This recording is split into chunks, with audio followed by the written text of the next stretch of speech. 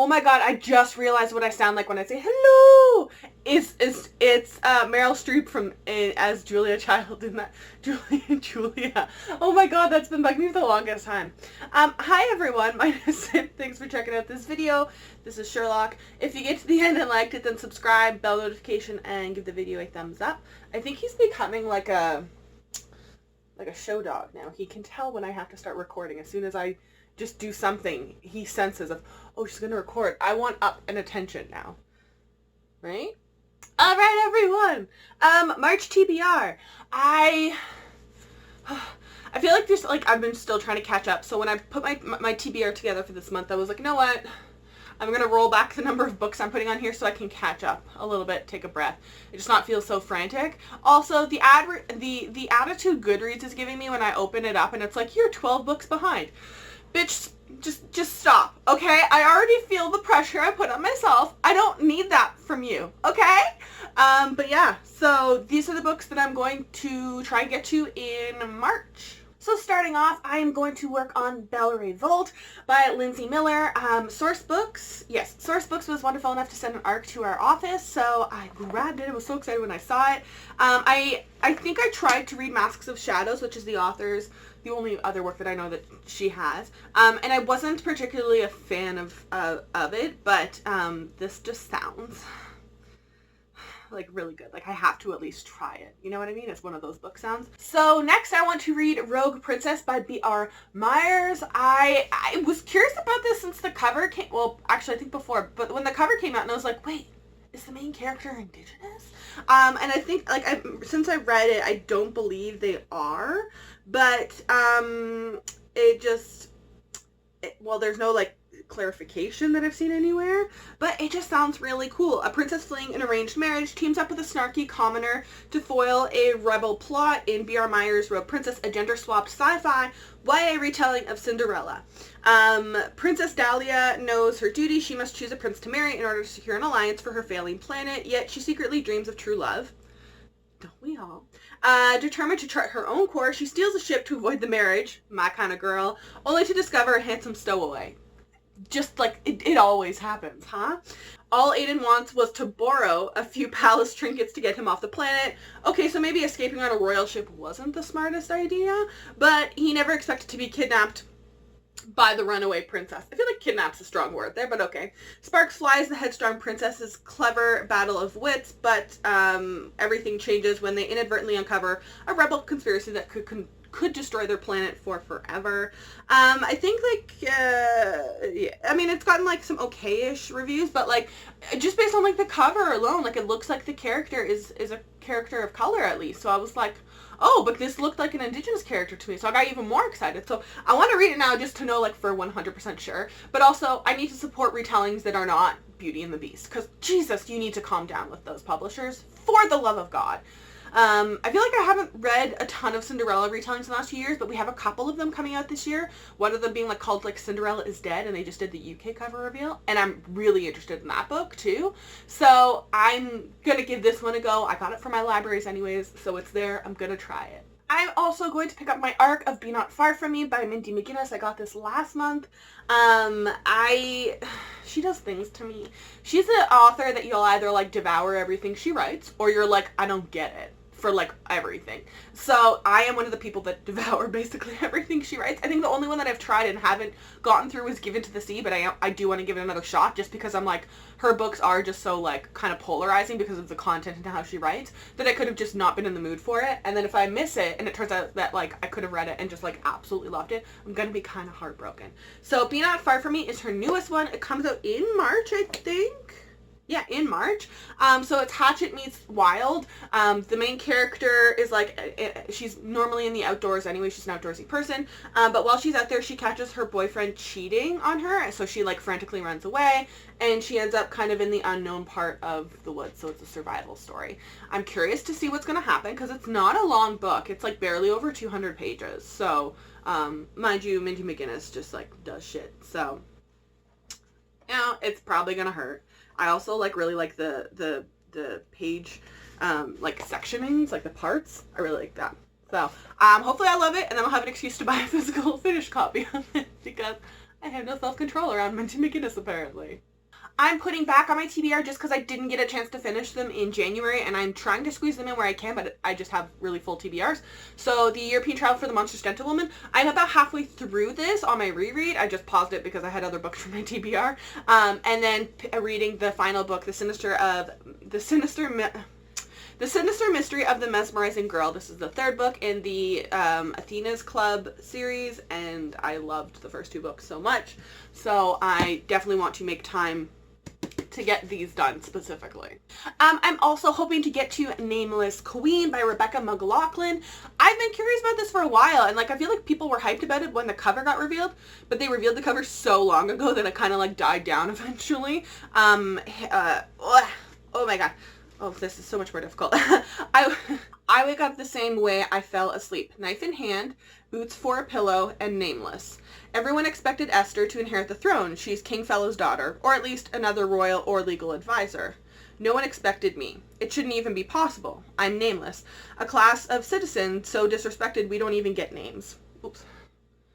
Heck, dozens of us have been going missing for months, and no one seems to care. But there's no denying the tattoo emblazoned on my arm. I am to be queen. In a palace where... Oh my god. Whew! In a palace where the corridors are more dangerous than the streets, though, how could I possibly rule? And when I am nameless. The spellbinding story of one girl who must make a name for herself or die trying.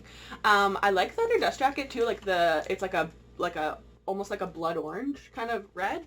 Hopefully I like it because I really like this cover. I'm kind of sad they didn't like lift the title. It's just like kind of flat. Like it's like brass though. Like you could have like at least on the first run, like lifted it, but they didn't. I'm also finally, I kind of forgot about it and then I got reminded about it this month. Strangers by David Alexander Robertson. He is a actually relatively well-known Indigenous author in Canada, and I think this is his first YA series. It's a trilogy that I know of, and all three books are out. They come out pretty quick succession. I think like within a year and a half, all three of them are out. I really like the covers for them, and I borrowed this one from the library a few times and just never got around to it, and then I got reminded of it. And I looked, and in Alberta we have a platform called Read Alberta eBooks, where Alberta-based publishers offer their ebook content, which is normally not purchased on big platforms like Overdrive, and they give it more simultaneous use access, and they released an audiobook for it, and I was like, oh, I kind of got no excuse now.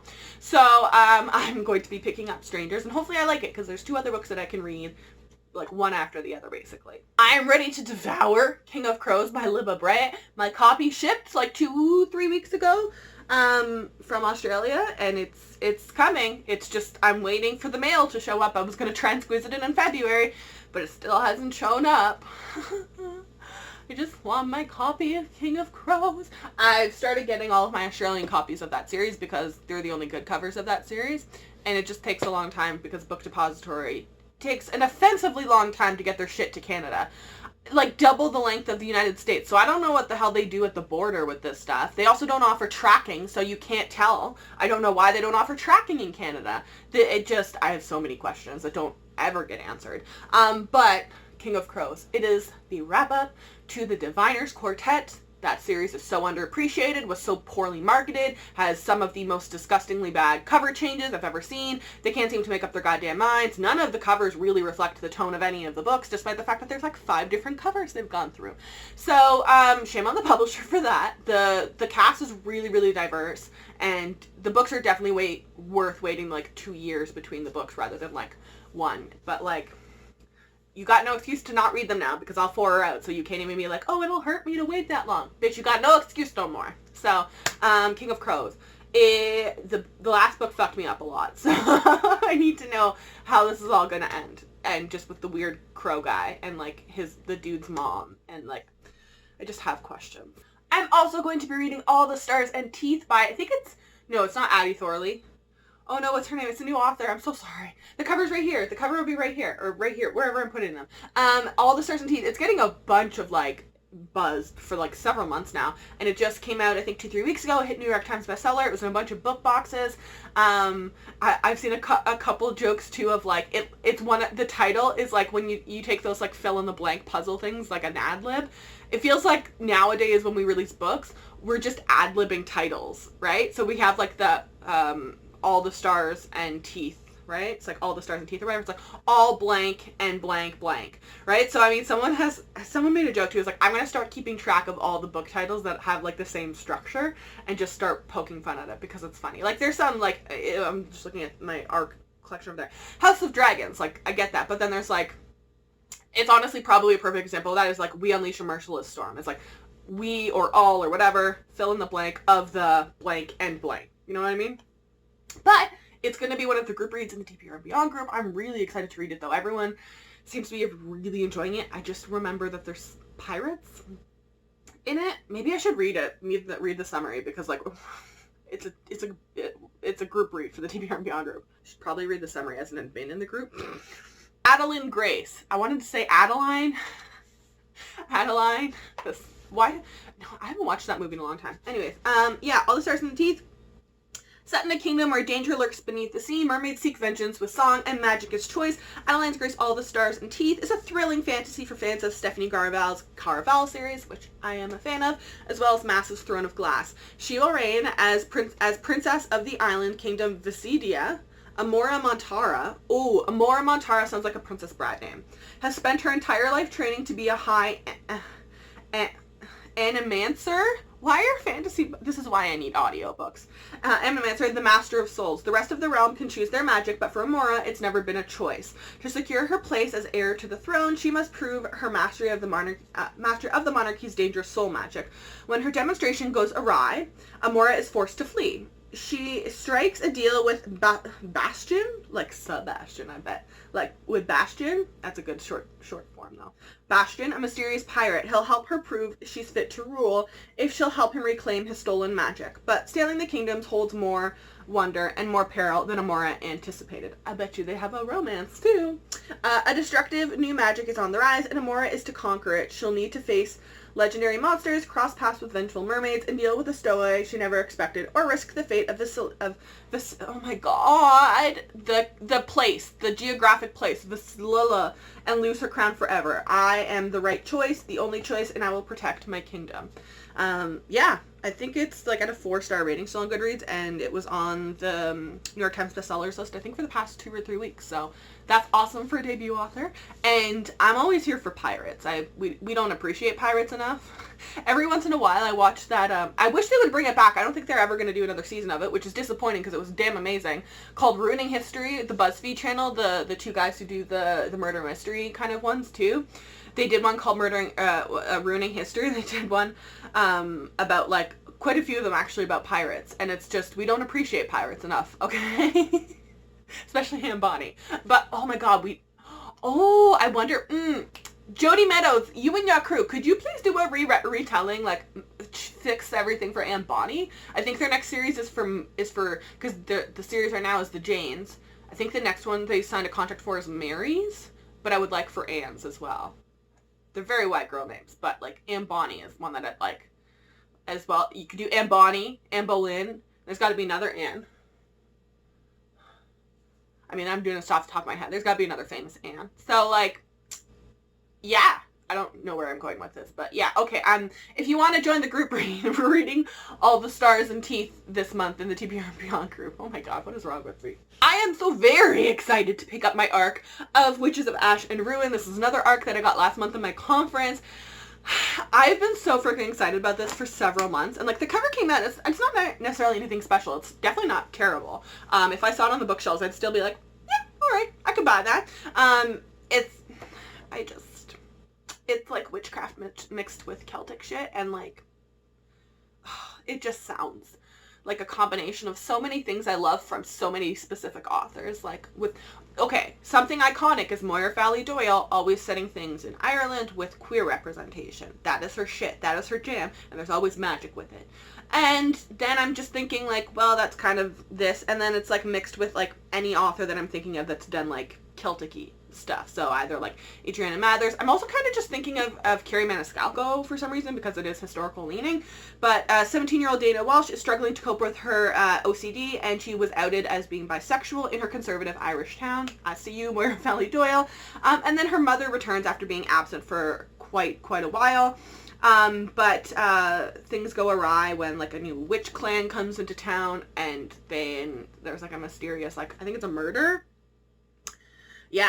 Yeah, the killer's motives, and like there's gods, the Celtic gods, and the witches and everything. It just sounds really cool. I know that's a really bad explanation. I've read it before when I hauled this book last month, though. Just go read it, okay? I mean, it's literally just like Shades of Magic trilogy meets Chilling Adventures of Sabrina the Teenage Witch. The vibes of that are very something I'm interested in consuming, so I cannot wait to read this. It's probably going to be one of the books that I read at the beginning of the month, too, to be totally honest. I'm also going to read Rebel Wing this month. I have been, like, insanely curious about this book since the cover came out. I hadn't heard of it before the cover came out, and I still can't figure out if I like the cover or not. It looks like a movie poster, but I feel like, because it looks like Photoshop people on it, but I feel like they did a good job of the Photoshopping. Like, it doesn't look distorted, or the face features don't look off.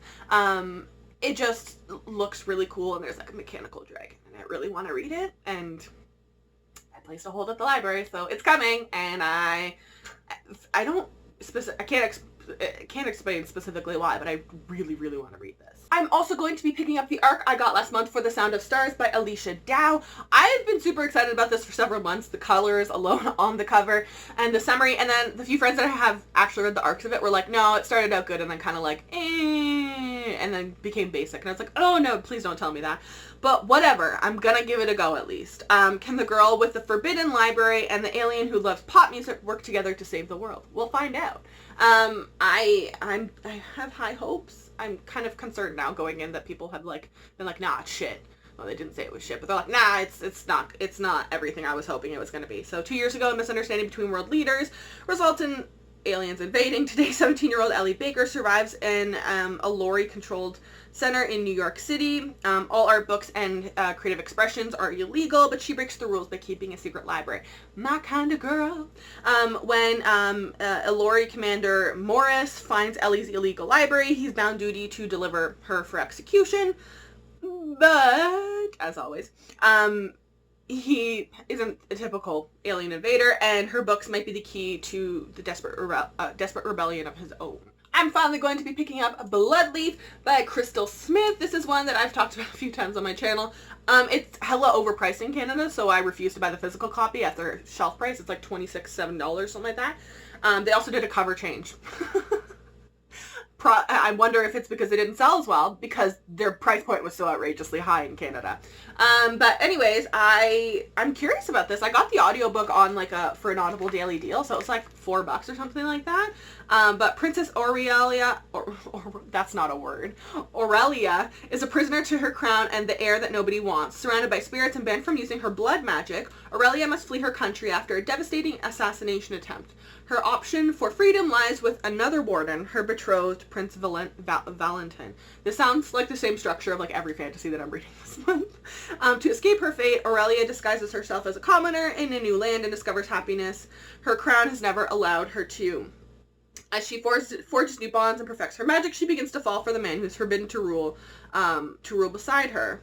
But the ghosts that haunt Aurelia refuse to abandon her, and she finds herself succumbing to their call as they expose a nefarious, I've never seen nefarious in a summary before, nefarious plot that only she can defeat. She will be forced to choose between the weight of the crown and the freedom of her new life. And I think the sequel's called Greythorn, and I actually kind of like the newer covers a bit more. I like the artistic-y leaning side of it, and it's just nice to see a cover that doesn't look like an ACOTAR Charlie Bowwater cover person, right? So hopefully I enjoy it, and then I can wait until they go all on sale and buy them all in paperback in the same cover, maybe? I don't know. We'll see. But, yeah, Bloodleaf. I've also been really into, blood magic for some reason in the last couple months, so hopefully I enjoy this. I'm very excited to finally read this, and I know the author watches some of my videos, so if she watches this video, hi girl, I see you, I'm finally picking it up. I'm sorry it took me so long. The author was so very sweet, ECW Press, that they sent me a finished copy of it, because they saw that I read the first one, and their book prices are also far more fucking reasonable, so thanks for that. We really appreciate it in Canada. A YA hardcover book under $20 is kind of unheard of, but that's the beauty of not being one of the big House 5 publishers, because most of them are assholes. Anyways, this is the sequel to Call of the Rift Flight, that I read long ago was it that I read? Was it last like February or so? Yeah, I feel like that's probably about right. It's definitely got indigenous influences. I think it's a dystopian-ish kind of future fantasy realm. And climate change is kind of taking its toll on these communities because we, in this household, acknowledge fucking science.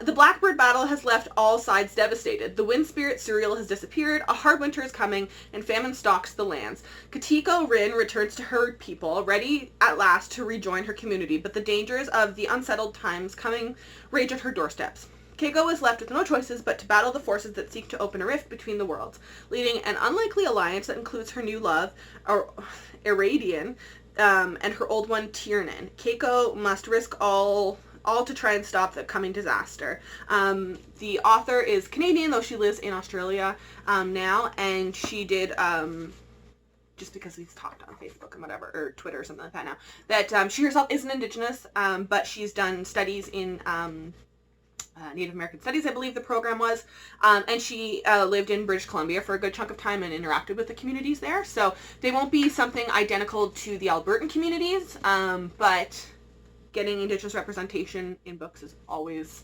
not super common, and I'm really excited to read this. I've been debating rereading Flight because it has been a long time since I read it, but I feel like enough of it is in my memory that I can read this, but if I start reading it and feel a little lost, I'll squeeze in, like I left enough room this month for my TBR, I'll squeeze in a reread of Flight, and I'll have to, I guess, I bought the ebook for our libraries, because the first book I bought the ebook and the audiobook for our libraries. For some reason the second book isn't available to buy on audiobook, at least for Canadian libraries, so it's only ebook available, so I'll have to go see if maybe it's on Audible or something like that. I know that's why publishers purposely don't offer it to libraries, but I feel like this is an important book to do that, so I'm really excited to read this. Hi Jay, what's up girl? I see you. I hope you're all safe in Australia with the koalas and the kangaroos and everything else that's in Australia. Another book that I was like, oh, I'll find ways to squeeze it into my shelf, and I just haven't. I'm finally putting it on my list, The Toll by Niall Schusterman, to physically get to this month. I'm also just kind of scared to read this.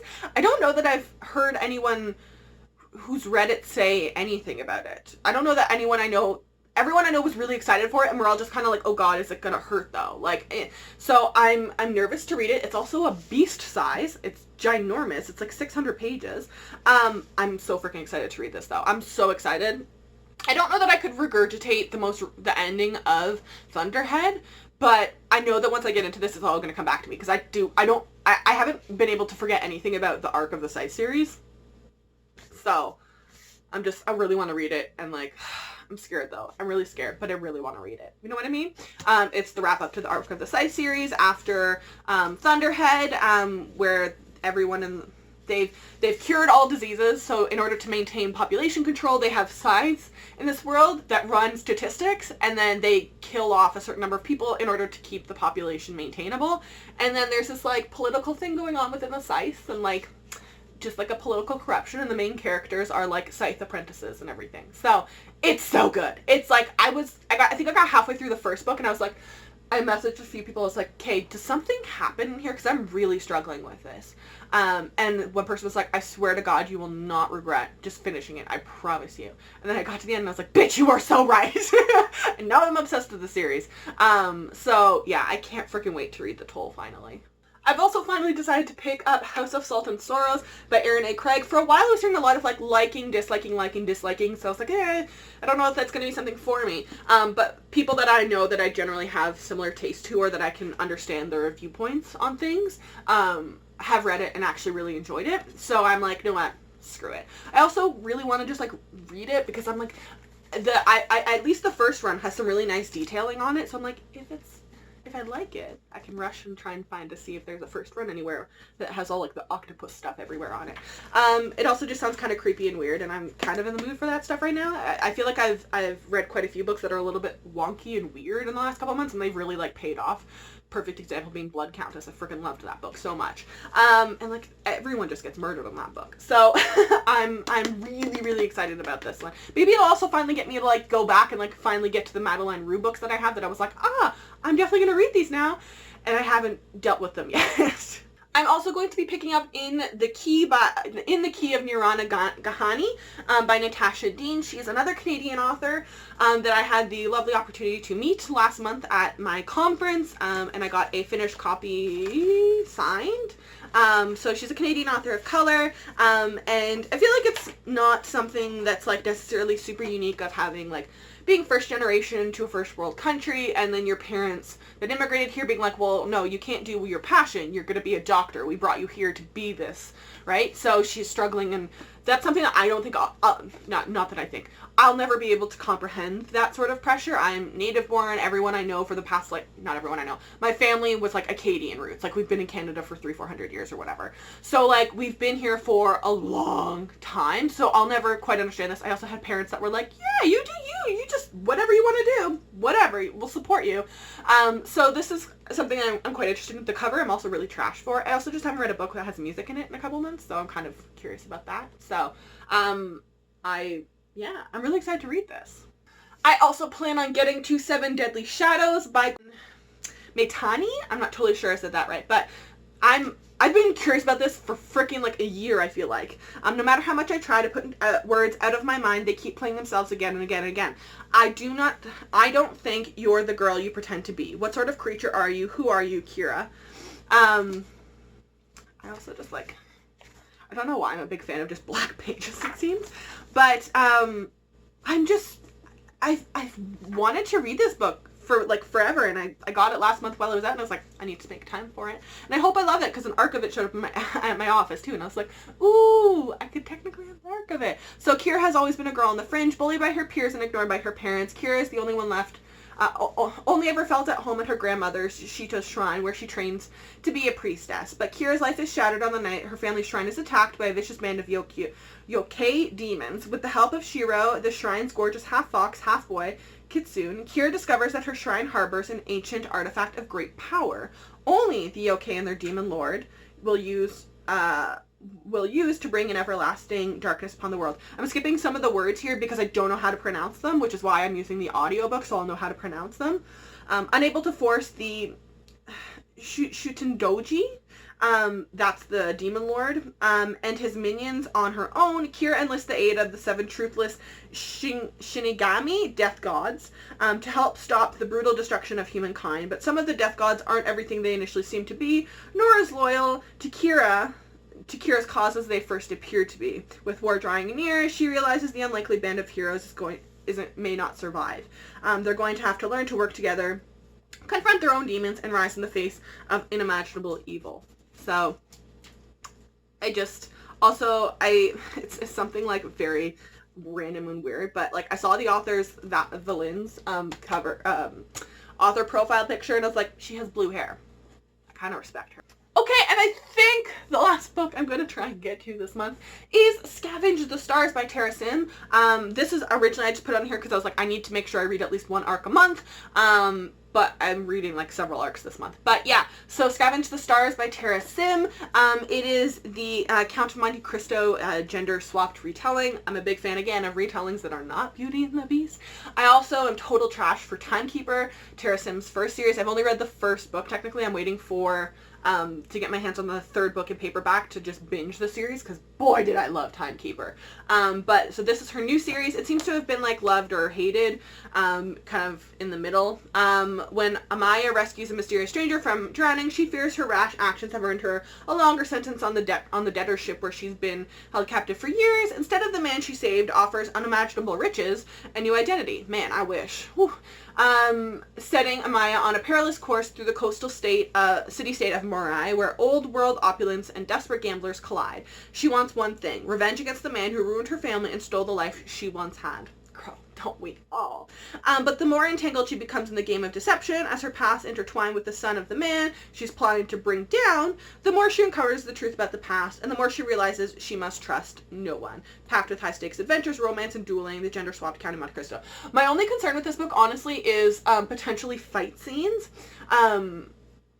Nothing against her, Sim. I've never read any of her fight scenes, and like, okay, my god tier of fighting scenes writing is Sebastian de Castell. He writes amazing amazing, like, scenes, that I know he's done fencing in the background as, like, personal, so he has interest in it, but he does a lot of research into, like, what's actually possible, what the proper terminology is for everything, and he makes it translatable on the screen, on the page, so that even though I don't know anything about fencing, I can understand what he's talking about and I can envision it. His fight scenes are absolutely amazing. All his sword fighting is just fantastic. They're, like, the peak part of his books, which is amazing because his comedy is amazing in those too. So I'm just concerned that they're not going to live up to that. I'm really, really concerned and scared a little bit about that. But hopefully I enjoy it at least half as much as I like Timekeeper. So those are the books that I'm hoping to get to in the month of March. Let me know in the comment section down below what you are going to read, if you've read any of these and what your thoughts were. I will link all of these books in the description box down below. I will also link all of my social media. If you follow me, I will follow you back, and I will see you on Sunday.